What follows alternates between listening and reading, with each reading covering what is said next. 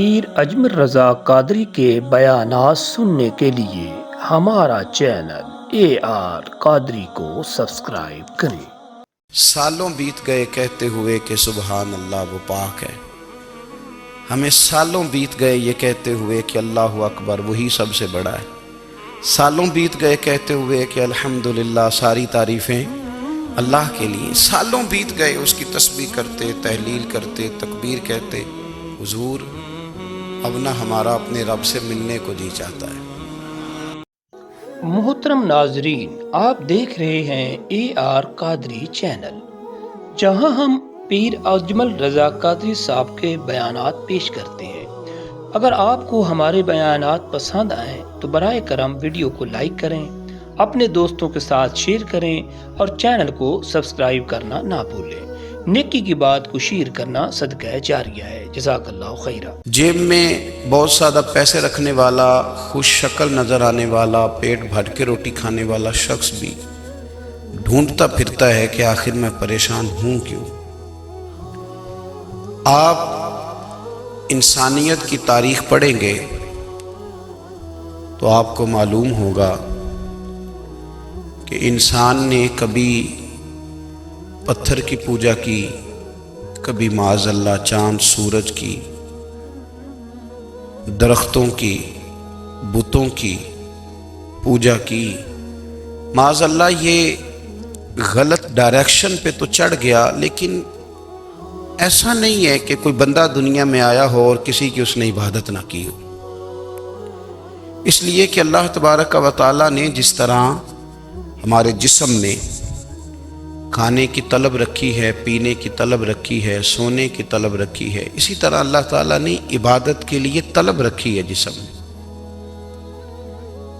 یہ تو ہوا کہ انسان گمراہ ہو گیا، غلط رستوں پہ چل نکلا،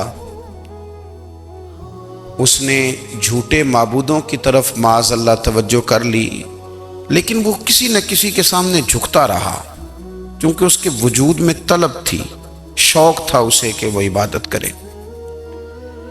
اللہ تبارک و تعالی جب مسلمان کو توفیق دے اور اللہ کی بارگاہ کی جانب وہ رجوع کرے تو پھر اس کا رویہ یہ ہونا چاہیے کہ اس کی توجہ ہو اللہ کی جانب۔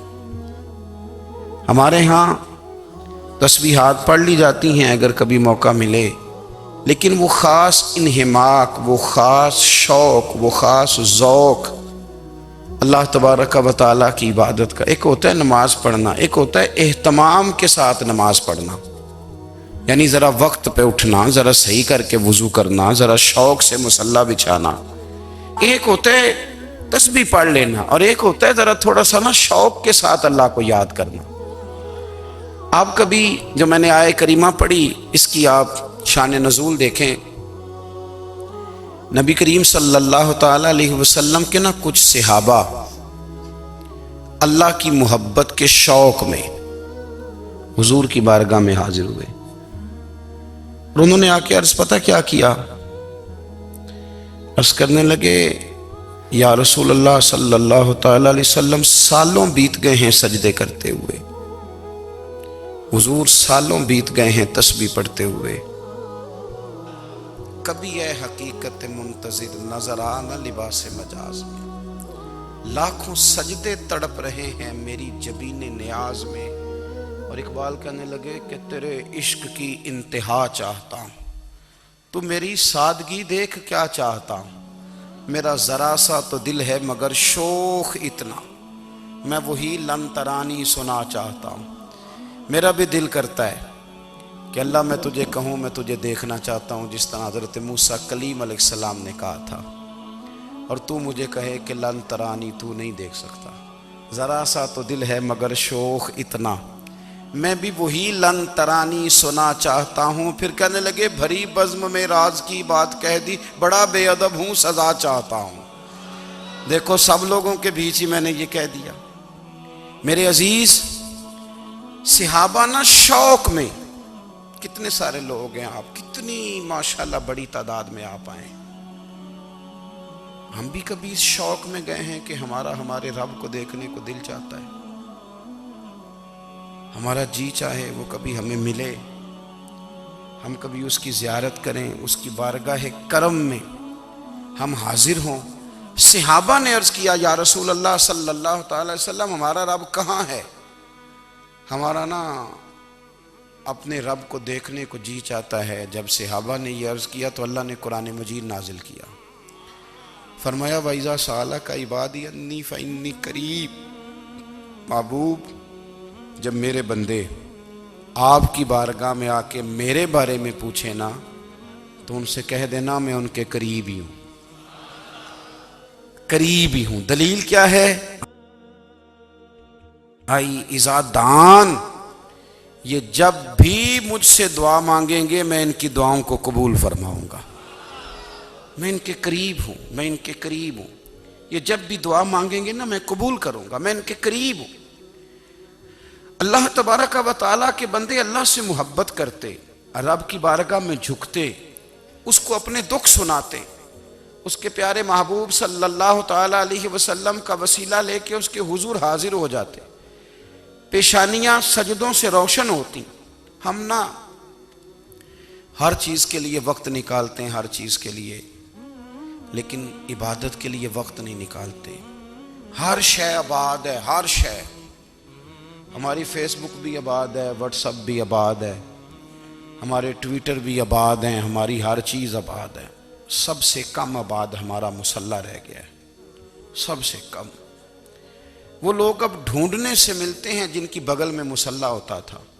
میرے بھائی آپ کتنا کو دنیا کے پیچھے بھاگو گے تھکا دے گی، کتنا دولت کے پیچھے بھاگو گے تھکا دے گی۔ آپ جب اپنی زندگی میں جمع تفریق کرو گے نا تو مرتے وقت احساس ہوگا کہ سارا کچھ تو لوگوں کے لیے کیا، اپنے لیے تو کر ہی کچھ نہیں سکے۔ اور ہم عبادت کے معاملے میں بہانے بازی بھی کرتے ہیں۔ ہم کہتے ہیں اوہو رزق کمانا بھی تو عبادت ہی ہے نا، تو میں حلال روزی کے لیے جا رہا ہوں، یہ بھی تو عبادت ہے نا۔ میری طرح کے لوگ کہہ دیتے ہیں کہ میں سویرے اٹھ کے مدرسے میں کچھ اسباق دیکھتا ہوں تو یہ بھی تو عبادت ہے، میں بیان کرنے کے لیے مطالعہ کرتا ہوں تو یہ بھی تو عبادت ہے نا، اتنے لمبے سفر کر کے ملک میں دنیا میں گھومتا ہوں تو یہ بھی تو میں عبادت ہی کر رہا ہوں۔ اب اسپیشل نفلوں کے لیے وقت کس طرح نکلے، اسپیشل کر کے تسبیح میں کیسے چلاؤں، میں سارا کچھ ہم بہانے بنا لیتے ہیں نا۔ میرا سوال یہ ہے کہ یہ ساری باتیں صحابہ کو، نبی کریم کو، دیگر لوگوں کو بھی تو پتہ تھی نا، لیکن آپ غور تو کریں 23 سال حضور کو وقت ملا، مختصر وقت ظاہراً تبلیغ کرنے کے لیے، پوری دنیا میں دین بھی پھیلانا ہے۔ گھر میں 11 ازواج ہیں، 4 بیٹیاں ہیں، ان کی اولادیں، سارے کام کاج بھی دیکھنے ہیں، لیکن سیدہ طیبہ طاہرہ حضرت عائشہ صدیقہ رضی اللہ تعالیٰ عنہ فرماتی ہیں سارا دن تبلیغ کرتے، ہر غلام کے دکھ سنتے، گھر میں آتے تو اپنے گھر والوں کا خیال کرتے، کام میں ہمارا ہاتھ بٹاتے۔ قربان جاؤں، کہتی ہیں زمانہ سارا سو جاتا لیکن آمنہ کے لال مصلی بچھا لیتے۔ دنیا سو گئی، ساری سب سو گئے، جو خدام تھے، وہ جو غلام تھے وہ سو گئے۔ صحیح مسلم نے لفظ ملیں گے، سیدہ پاک فرماتی ہیں او میرے نبی کے غلاموں، میں نے یہ رنگ بھی دیکھا ہے کہ حضور نے اتنا کھڑے رہے، اتنا قیام کیا، اتنا قیام کیا کہ مقدس پیروں میں ورم آ گئے، سوج گئے پیر، اتنے بڑے۔ دل پہ ہاتھ رکھ کے نہیں بتا سکتا کہ میرے کبھی نماز میں پیر سوج گئے، کوئی نہیں بتا سکتا۔ بچوں کی روٹی کماتے تھک گئے بات الگ ہے، ہم سیر کرنے گئے تو تھک گئے بات الگ ہے، لیکن عبادت میں یہ بھی تو مسلم شریف ہے نا، یہ بھی تو دین ہے نا، یہ بھی تو حضور کی سنت ہے، یہ بھی تو وہ چیز ہے جو کریم کی آنکھوں کی ٹھنڈک ہے۔ سیدہ فرماتی ہیں پیروں میں ورم آ گئے، اور ساری رات ہی حضور نے نماز پڑھی اور ایک ہی آیت بار بار دہرائی۔ مسجد نبوی میں بلال حبشی نے فجر کی اذان دے دی اور حضور ابھی مصلی پہ تھے، کریم فارغ ہوئے، میں نے عرض کی یا رسول اللہ صلی اللہ علیہ وسلم آپ کے تو صدقے اللہ اگلے پچھلوں کے گناہ معاف کرے گا، تو آپ اتنی آہوزاری کیوں فرماتے ہیں؟ آپ تو شفیع ہیں، آپ تو انبیاء کے امام ہیں۔ تو حضور نے فرمایا عائشہ تم نے گنوایا ہے نا میرے اللہ کی مجھ پر کتنی رحمت ہے، افلا اکونا عبدا شکورا، فرمایا اگر اس نے اتنی نعمتیں دی ہیں تو کیا میں اس کا شکر گزار بندہ نہ بنوں؟ میں شکر گزار بندہ نہ بنوں اس کا؟ پھر اگر اتنی نعمتیں اس نے دی ہیں، مجھے اتنا نوازا ہے، تو پھر میں اس کے سامنے سجدے نہ کروں؟ او میرے بھائی، بڑے قابل فخر لوگ ہیں ہم کہ ہم نبی پاک کے غلام ہیں. ہم قابل فخر ہیں کہ نبی کریم کے غلام ہیں. کیا کبھی اس غلامی کے شکرانے میں بھی 2 نفل پڑھے کہ یا اللہ تیرا شکر ہے تو نے ہمیں حضور کا غلام بنایا ہے؟ یاد رکھیں کہ اپنی روحانی زندگی کو آباد کریں، استغفار پڑھیں، تسبیحات کریں. حضرت عبداللہ ابن عمر رضی اللہ تعالیٰ عنہ حضرت عمر کے صاحبزادے ہیں، مکہ مکرمہ میں ان کی قبر ہے. میں نے جب انہیں پڑھا تو مجھے ان سے بڑا پیار ہو گیا. لیکن آپ کو پتہ ہے وہاں جا کے کسی شخص کا مزار تلاش کرنا یا پوچھنا ایک مشکل کام ہوتا ہے. تو ایک دفعہ میں مکہ شریف میں حاضر تھا، تو ایک گاڑی والا ڈرائیور مجھے کہنے لگا کہ مولانا میں آپ کو جانتا ہوں، مجھے آپ سے محبت ہے، ایک بات بتاؤں آپ کو؟ میں نے کہا بتاؤ. کہنے لگے حضرت عبداللہ ابن عمر کی قبر دیکھنی ہے. میں نے کہا یہ تو نہیں کہہ رہا، یہ کسی نے بندوبست کرایا ہے، یہ اللہ نے تیرے دل میں بات ڈالی ہے، یہ ہو گیا تو لے چل مجھے. حضرت عبداللہ ابن عمر کو نبی پاک نے فرمایا تھا راجل صالح، یہ نیک بندہ ہے، یہ متقی آدمی. حضرت عبداللہ ابن عمر رضی اللہ تعالیٰ عنہ سیدنا فاروق اعظم رضی اللہ تعالیٰ عنہ کے صاحبزادے ہیں، اور ان کی ہمشیرہ سیدہ حفصہ رضی اللہ تعالیٰ عنہ حضور کی زوجہ محترمہ. ایک دن اپنی ہمشیرہ سے کہنے لگے کہ نبی کریم صلی اللہ تعالیٰ علیہ وسلم گھر میں آئے نا، اور اگر حضور غم امت میں پریشان نہ ہوں، طبیعت کو حشاش بشاش دیکھو، تو ذرا پوچھنا تو صحیح حضور کا میرے بارے میں کیا خیال ہے، پوچھنا تو صحیح کہ کریم کی بارگاہ میں میرا کیا مقام ہے، میرے بارے میں حضور کیا فرماتے ہیں. اب بہن کو کام بتائے، اور بتائے بھی بھائی، اور پھر بہن وہ کام نہ کرے، یہ تاریخ میں ہوتا نہیں. حضرت عمر فاروق رضی اللہ تعالیٰ عنہ کی صاحبزادی ام المومنین رضی اللہ تعالیٰ عنہ فرماتی ہیں کہ میں تو بس منتظر تھی. انہوں نے تو کہا تھا نا کہ اگر تم حشاش بشاش دیکھو تو بات کرنا، لیکن حضور تشریف لائے، میری باری تھی، میرے گھر تشریف لائے، کھانا پیش کیا تو فوراً میں نے عرض کی حضور ایک بات پوچھنی تھی. تو حضور نے فرمایا پوچھئے. میں نے عرض کی حضور میرے بھائی عبداللہ ابن عمر کے بارے میں آپ کا کیا خیال ہے؟ نوجوانوں میری بات پہ غور کرنا، میرے بھائی کے بارے میں آپ کا کیا خیال ہے؟ تو نبی کریم صلی اللہ تعالیٰ علیہ وآلہ وسلم نے میری طرف دیکھا، اور پھر حضور زیر لب تھوڑا مسکرائے. اور بریلی کے امام کہتے ہیں کہ حضور مسکرا دیتے تھے نا تو جو بڑا دکھی ہوتا تھا وہ بھی ہنس پڑتا تھا. اب سوال پیدا ہوتا تھا کہ پھر تو اس مسکراہٹ کے لیے انتظار کرنا پڑتا ہوگا کئی مہینے کہ حضور مسکرائیں تو رونے والے ہنسیں. تو اعلیٰ حضرت فرماتے نہیں، انتظار نہیں کرنا پڑتا، یہ مسکراتے رہنا تو حضور کی عادت ہے. جس کی تسکین سے روتے ہوئے ہنس پڑے، اس تبسم کی عادت پہ لاکھوں سلام. یعنی یہ تو عادت ہے حضور کی مسکراتے رہنا، اس کے لیے انتظار نہیں کرنا پڑتا. بھائیو آپ خیال رکھیں گے، غور کریں گے. حضرت عبداللہ ابن عمر رضی اللہ تعالیٰ عنہ کے بارے میں پوچھا تو سیدہ فرماتی ہیں کہ نبی کریم صلی اللہ تعالیٰ علیہ وسلم نہ زیر لب مسکرائے اور فرمائے حفصہ تیرا بھائی ہے تو اچھا، لیکن میں نے سنا ہے کہ عشاء کی نماز پڑھتا ہے تو فجر تک سویا ہی رہتا ہے. او نوجوانوں، 10 بجے تک سونے کی بات نہیں ہوئی، 9 بجے تک سونے کی بات نہیں ہوئی، 11 بجے اٹھنے کی بات نہیں. حضور فرمانے لگے میں نے سنا ہے کہ عشاء کی نماز پڑھ کے سو جاتا ہے اور فجر تک سویا ہی رہتا ہے، اسے چاہیے کہ تہجد کے وقت اٹھا کرے، اللہ کی بارگاہ میں حاضر ہوا کرے، آہوزاری کرے، سجدے کرے، عبادت کرے. اٹھتا ہے اور فجر میں جا کے اٹھتا ہے. حضرت جناب حفصہ رضی اللہ تعالیٰ عنہ کہتی ہے میں نے جناب عبداللہ ابن عمر کو پیغام دیا اور میں نے کہا میرے جوان بھائی سن. نبی پاک نے فرمایا ہے تو اچھا پر تہجد میں نہیں اٹھتا، نفل نہیں پڑھتا. او میری ملت کے جوانوں، مزہ نہیں آ جاتا جب ساری دنیا سوئی ہو، ساری دنیا، اور بستر بھی گرم ہو اور نیند بھی پورا غلبہ کر رہی ہو اور اچانک گھنٹی بجے دماغ میں، آنکھ کھلے، گھڑی پہ نظر پڑے 3:30 4 بجے کا پیغام گھڑی بتائے، اور کوئی چڑھتی جوانی والا اٹھ کے وضو کرے، اور جب وہ مصلی کھول کے بچھائے تو مدینے والے محبوب کہتے ہیں کہ ہر نماز پہ رب ثواب دیتا ہے، اور جو اٹھ کے تہجد کی نماز پڑھے اسے دیکھ کے تو رب مسکراتا ہے، جو اس کی شان کے لائق ہے، جو اس کی شان کے لائق، وہ مسکراتا ہے، خوش ہوتا ہے کہ میرا بندہ تہجد میں اٹھ گیا، وہ مسکراتا ہے۔ کاش ہماری صبحیں کبھی اپنے مالک کے نام ہو جائیں، کاش کے صبحیں۔ حضرت ابو الحسن رحمۃ اللہ تعالیٰ علیہ حضرت معاذ ابن جبل رضی اللہ تعالیٰ عنہ کے پاس بیٹھا کرتے تھے، فرماتے ہیں ان سے جو پیار بڑھا تو پھر میرا مصلی سے بھی بڑھ گیا۔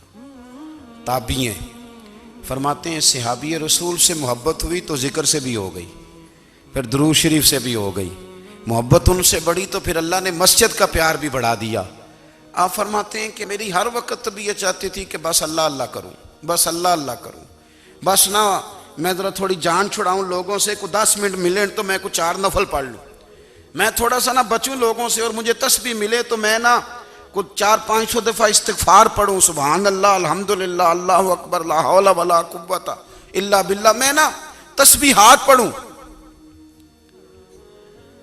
فرماتے ہیں کہ بچے تھے گھر میں 6-7، غربت تھی، کام ملتا کوئی نہیں تھا، اور میں کام چور نہیں تھا، کام ڈھونڈتا تھا، پر اللہ کی قدرت کے کام نہیں ملتا تھا۔ فرماتے ہیں کہ میں نے ایک دن اپنی اہلیہ سے کہا کہ آج میں پھر جاتا ہوں کام ڈھونڈنے، تو میری بیوی بڑی فرما بردار تھی، پر اس دن نہ غربت کے ہاتھوں تنگ آ کے کہنے لگی آج نانا کوئی تو چیز لے کے آیا، تو مجھ سے بچوں کی بھوک نہیں دیکھی جاتی، یہ سب روگاں دا روگ محمد جس دا نام غریبی، کنڈ بلا کے لنگ جاندے نہیں دوست یار قریبی، آج نہ کچھ لے کے آیا تو میں بچے لے کے میکے چلی جاؤں گی۔ شیخ فرماتے ہیں کہ میں بڑا پریشان گھر سے نکلا، پر میں نے صبح سے لے کے زور تک کام ڈھونڈا، کام ملا کوئی نہیں، تو میرے دل میں خیال آیا چلو کام نہیں ملتا تو اللہ اللہ تو کرے نا، چلو بندوں کی مزدوری نہیں ملتی تو رب کریم کی عبادت ہی کرتے ہیں۔ فرماتے ہیں کہ میں نے نا فرات کے پانی سے وضو کیا، نہر کے، شدید دھوپ تھی، ساتھ ریت تھی اور ریت تپ رہی تھی، میں نے اپنا رومال وہیں مصلی کے طور پر بچھا لیا، اور فرماتے ہیں کہ زور سے لے کر عصر تک نماز پڑھی، دھوپ بھی پورے زور پہ، پر میرے سجدے کا ذوق بھی پورے زور پہ۔ فرماتے ہیں سورج بھی چمک رہا ہے اور رب کی عبادت کا ذوق بھی پورے زور پہ، میں سجدہ کروں تو پھر میرا اٹھانے کو جی نہ چاہے۔ میرے استاد لکھا کرتے تھے، یہ ان کا شعر ہے، وہ کہا کرتے تھے مجھے سوز دے، مجھے ساز دے، اور مجھے نیم شب کا نیاز دے، دم سجدہ خود کو میں توڑ دوں، مجھے ایسا ذوق نماز دے، اور میں تیری بہار کا پھول ہوں، میں کھلا بھی ہوں تو تیرے لیے، مجھے میری شاخ سے توڑ لے، مجھے اپنی زلف کا ناز دے۔ بھائی فرماتے ہیں کہ عصر تک میں نے نفل پڑھے، دل ڈھلنے لگا، عصر کی نماز پڑھی اور میں وہاں سے چلا۔ اب میں جب نکلنے لگا تو دل میں خیال آیا کہ چھوٹی چھوٹی دیواریں ہیں گھر کی، بغیر کچھ لیے جاؤں گا تو بیوی دور سے دیکھے گی تو شور کرے گی کہ پھر خالی ہاتھ آ گیا ہے۔ کہتے میں نے اپنے اسی رومال میں جس پہ میں نے نماز پڑھی تھی نا، رومال میں کی آخی دے پنجابی جو صافہ کہتے ہیں، اسی میں نا میں نے کچھ ریت بھر لی کہ وہ دور سے دیکھے گی تو سمجھے گی کچھ لے کے آیا ہے، چلو جا کے اسے بتا دوں گا کہ آج پھر مزدوری نہیں ملی۔ کہتے ہیں وہ ریت لے کر جب میں گھر میں گیا تو پہلے بیوی دروازے پہ کھڑی ہوتی تھی، پوچھتی تھی خالی ہاتھ آ گئے ہو؟ آج میں نے دیکھا تو ہے ہی کوئی نہیں۔ فرماتے ہیں میں اندر داخل ہوا، سلام لیے، کونے میں میں نے وہ رومال رکھ دیا اور میں نے آواز دی کہ بھلی مانس کہاں ہو؟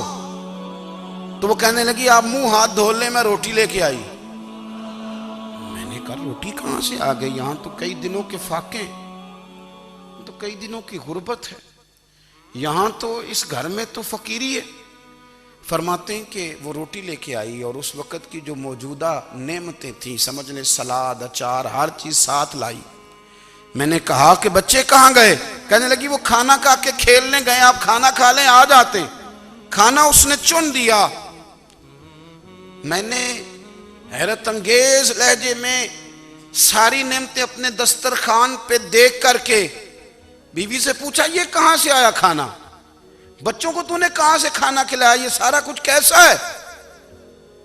تو کہنے لگی پتہ نہیں آج آپ کس کریم کی مزدوری کرنے چلے گئے تھے، پتہ نہیں کس کریم کی، میرے گھر میں تو اتنی نعمتیں آئی ہیں کہ مجھ سے سنبھالی نہیں جا رہی، اتنا اناج ہے، اتنا گندم ہے، کس کریم کے دروازے آج چلے گئے تھے؟ یہ کہتے کہتے وہ اٹھی اور اٹھ کر کے کہنے لگی پہلے ہی بڑا کچھ آیا تھا، اب کیا لے آئے ہو؟ اور جا کر کے نا اس نے وہ ریت والا رومال کھولا، کہنے لگے میں تو لے کے آیا تھا ریت، تو میرے رب نے اسے بھی سونے اور ہیرے بنا دیا تھا۔ جب آپ کی توجہ اللہ کی جانب، میرے نبی پاک صلی اللہ تعالی علیہ وسلم نے فرمایا ہر چیز اپنے رب سے مانگ، ہر چیز مانگ، ہر چیز مانگ۔ یا رسول اللہ کیا کچھ؟ میرے محبوب نے فرمایا تیرے گھر میں نمک بھی ختم ہو جائے تو وہ بھی اپنے رب سے مانگا کر، تو مانگنا وہ تجھے دے گا، تو اس کی بارگاہ میں کشکول طلب دراز تو کرنا۔ اور ترمذی شریف میں عجیب لفظ ہیں، رسول کائنات نے فرمایا، رب کریم فرماتا ہے جب میرا بندہ ہاتھ اٹھاتا ہے نا تو مجھے حیا آتی ہے کہ میں خالی کیسے لوٹا دوں اس کے۔ اتنے بڑے بادشاہ کی بارگاہ میں، او بھائی لوگوں سے عزتیں تلاش کرتے ہو تو وہ کیا تمہیں عزت دیں گے؟ وہ تو کل اچھا کہتے ہیں پرسوں برا کہنے لگ جاتے ہیں۔ لوگوں کے سامنے گڈ بک میں آنا چاہو گے تو وہ تو سویرے تمہارے بارے میں کچھ کہیں گے، شام کچھ اور کہیں گے۔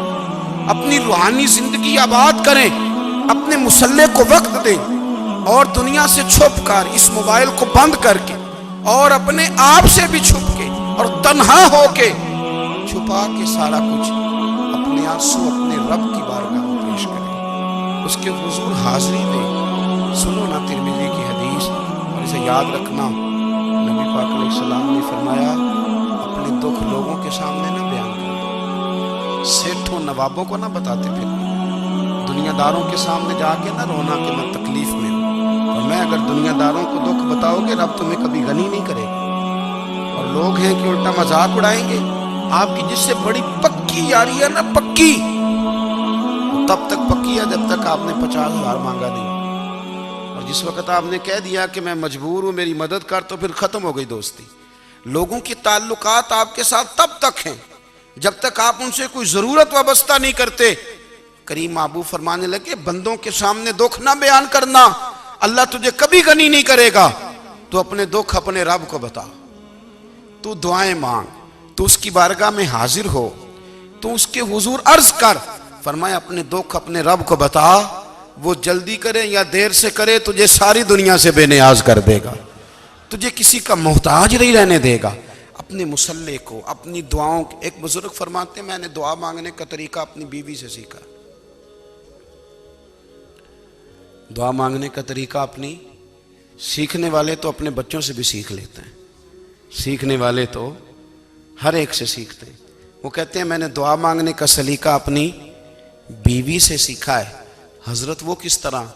فرمانے لگے میری بیوی نے نا مجھے کوئی کام بتایا، کچھ پیسوں کی ضرورت کے لیے کہا، تو میں نے اسے کہا کہ بھئی ابھی میرے پاس نہیں ہے، کچھ دنوں میں آتے ہیں تو میں دے دوں گا۔ عورتوں کی عادت ہوتی ہے وہ بار بار یاد کراتی ہیں، 2-4 دنوں کے بعد پھر اس نے کہا حضرت وہ میں نے کہا تھا کچھ پیسے، میں نے اسے کہا کہ ابھی میرے پاس نہیں ہے، کچھ دنوں میں ملتے ہیں تو میں تمہیں دے دوں گا۔ اس نے کچھ دنوں کے بعد پھر کہا حضور وہ میں نے کچھ پیسے کہے تھے۔ فرماتے میں نے ڈانٹ دیا، میں نے کہا کہ کیا تو روز مجھے شرمندہ کرتی ہے، کہا نا میرے پاس نہیں ہے، ہوں گے تو دے دوں گا، تو روز یاد کراتی ہے۔ فرماتے ہیں اس نے پہلے تو میری ڈانٹ کو سہا، پھر میرے سخت جملوں نے اس کی آنکھوں میں آنسو پیدا کر دیے، پھر اس نے اپنے آنچل میں اپنے اس دکھ کو سمیٹا، اور پھر اس نے ایک جملہ کہا تو میں رو پڑا، اور مجھے اپنے رب سے مانگنے کا طریقہ آ گیا۔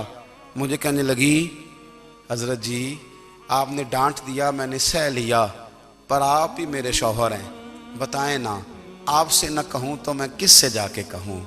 فرماتے ہیں میں رو پڑا، اور میں کھل کے رویا، اور میں تڑپ کے رویا، اور پھر میری سسکیاں بند گئیں۔ تو مجھے کہنے لگی آپ کو کیا ہوا؟ میں نے کہا مجھے بھی دعا مانگنی آ گئی ہے، جب میں اسے کہوں گا نا اللہ تو ہی میرا رب ہے، میں تجھ سے نہ کہوں تو میں کس سے جا کے کہوں؟ میں کیوں کسی بندے سے سوال کروں؟ میں کیوں کسی دنیا دار سے کہوں؟ میں تیرے بندوں کا، نیک بندوں کا وسیلہ لے کے، تیرے محبوب کی غلامی لے کے تیری بارگاہ میں آیا، تجھ سے نہ مانگوں تو کس سے مانگوں؟ سمجھ آ گئی ہے؟ جب میں اس رنگ میں مانگوں گا تو پھر رب میرے اوپر بڑا ہی فضل فرمائے گا، وہ میرے اوپر بڑی رحمت کرے گا، وہ میرے لیے آسانیاں کرے گا۔ عزیز دوستو، ہم اس طرح کرنے لگ گئے ہیں کہ ہم نے نا اپنے تعلقات پر اعتماد کرنا شروع کر دیا ہے۔ میرے تعلقات بہت ہیں، ہم نے اپنی دولت پر اعتماد کرنا شروع کر دیا ہے، میرے پاس دولت بہت ہے۔ ہم نے اپنے علم پر، اپنی شہرت پر اعتماد کرنا شروع کر دیا ہے کہ میرے پاس فلاں چیز بہت ہے۔ یاد رکھنا، جب بے نیاز اپنی صفت بے نیازی دکھاتا ہے تو بڑی بڑی دولتوں والے مجبور نظر آتے ہیں۔ بھائیو، جب انسان کا رشتہ اپنے مالک کے ساتھ ہوتا ہے پھر تو غم بھی کچھ نہیں کہتے، پریشانیاں بھی کچھ نہیں کہتی، پھر تو زندگی صبر والی، پھر تو زندگی توکل والی، پھر تو زندگی بھروسے والی۔ پھر انسان اپنے آپ کو رسوا نہیں کرتا، دنیا داروں سے امیدیں اس کی ختم ہو جاتی، امیدیں اللہ رسول سے لگا لیتا ہے، مضبوط ہو جاتا ہے، مضبوط، طاقتور ہو جاتا ہے، خوددار ہو جاتا ہے، باوقار، باعزت ہو جاتا ہے۔ حضرت بہلول دانا رحمت اللہ علیہ بیٹھے تھے تو ہارون رشید حج کر کے آ رہا تھا، تو رستے میں حضرت شیخ سے ملاقات ہو گئی تو السلام علیکم کے بعد کہنے لگا، حضور کوئی حکم ہو تو بتائیے گا۔ تو حضرت بہلول دانا فرمانے لگے، تیرا رب کون ہے؟ اس نے کہا اللہ۔ تو فرمایا میرا کون ہے؟ کہا اللہ۔ فرمانے لگے تو بڑا ہی بیوقوف ہے، کیا تو یہ سمجھتا ہے کہ رب ہارون رشید کو تو دے گا اور بہلول دانا کو بھول جائے گا؟ تیرا بھی وہی رب ہے، میرا بھی وہی رب ہے۔ اس نے اگر تجھے دے کے آزمایا ہے تو ہو سکتا ہے مجھے نہ دے کے آزما رہا ہو۔ جب اس کی حکمت کے تقاضے ہوں گے تو عطا کرے گا اور دے گا، تو جا اپنا کام کر۔ بھائی، اپنی روحانی زندگی، اپنی عبادات، اپنے وظائف، اپنے روزمرہ کے معاملات، اپنی دعائیں، اپنا استغفار، دیکھو کوئی مشکل کام تو نہیں، 2 رکوع ہیں سورہ واقعہ کہ اگر رات کو پڑھ لی جائے تو۔ میں کس طرح یہ بات بیان کروں کہ تعویذ بانٹنا آسان ہے اور وظیفہ بتانا مشکل ہے۔ سارا دن تعویذ بانٹیں تو لوگ لینے کو تیار ہیں، اور اگر آپ وظیفہ بتائیں تو کہتے ہیں تو مشکل کام ہے۔ او خدا کے بندے، اگر آپ کا تعلق قرآن پاک کے ساتھ مضبوط ہو، قرآن پاک کے ساتھ اگر آپ کا رشتہ ہو، لوگ سفارشیں ڈھونڈتے ہیں نا دنیا میں، کوئی تعلق مل جائے تو میرا کام ہو جائے۔ دنیا میں اتنا مشکل معاملہ ہے، آخرت میں مجھے بتائیے گا کتنا مشکل معاملہ ہوگا۔ میرے نبی پاک صلی اللہ تعالیٰ علیہ وسلم نے فرمایا، جو لوگ سورہ ملک پڑھا کرتے تھے نا، سورہ ملک، یہ سورت ملک قیامت میں ان کی سفارش کرے گی، اور اس طرح کرے گی کہ کہے گی اے اللہ یہاں اس بندے کو جنت میں داخل کر دے یا مجھے قرآن پاک سے علیحدہ کر دے۔ تو رب فرمائے گا جا اس کا دامن تھام کے اسے جنت تک پہنچایا۔ آپ بات کو سمجھیں، جب آپ کے تعلقات اپنے معاملات کے ساتھ مضبوط ہوں گے، یہ نبی کریم نے وعدہ کیا ہے کہ تو سورت واقعہ پڑھ، تیرے گھر میں فاقہ نہیں آئے گا۔ حضرت عبداللہ ابن مسعود رضی اللہ تعالیٰ عنہ بیمار تھے تو حضرت عثمان غنی رضی اللہ تعالیٰ عنہ تیمارداری کے لیے تشریف لے گئے اور جا کر کے کہا کہ آپ بڑے بیمار ہیں، آپ کی بیٹیاں زیادہ ہیں، میں چاہتا ہوں کہ خزانے میں سے کچھ مدد کروں۔ تو سیدنا عبداللہ ابن مسعود رضی اللہ تعالیٰ عنہ اٹھ کے بیٹھ گئے اور کہنے لگے امیر المومنین، اللہ آپ کو میری طرف سے، میری بیٹیوں کی طرف سے بہتر صلہ دے، میری بیٹیوں کو کسی خزانے کی ضرورت نہیں، میں نے انہیں خزانہ دے دیا ہے۔ کہا جناب آپ نے کون سا خزانہ دیا ہے، میں آپ کے مالی معاملات کو جانتا ہوں۔ تو فرمانے لگے امیر المومنین، میرے نبی کریم نے فرمایا ہے جو سورت واقعہ پڑھے اسے کبھی فاقہ نہیں آتا، میں نے بیٹیوں کو یاد کرا دی ہے، یہ خزانہ میں نے انہیں دے دیا ہے۔ وہ سارے والدین سنیں جو بیٹیوں کے لیے پریشان رہتے ہیں۔ حضرت عبداللہ ابن مسعود نصیحت کر رہے ہیں، فرمانے لگے میں نے سورت واقعہ یاد بھی کرا دی ہے، پڑھنے کی عادت بھی ڈال دی ہے۔ حضور نے فرمایا ہے جو سورت واقعہ پڑھے اسے فاقہ نہیں آتا۔ کہنے لگے چاند تو اپنی جگہ چھوڑ سکتا ہے، سورج گر سکتا ہے، تارے ٹوٹ سکتے ہیں، پر مدینے والے رسول کی بات غلط نہیں ہو سکتی۔ حضور نے فرمایا فاقہ نہیں آئے گا تو انشاءاللہ کبھی بھی نہیں آئے گا۔ کرنے کا کام یہ ہے کہ ہم اپنے معاملات، اپنی عبادات، اپنی دعائیں کبھی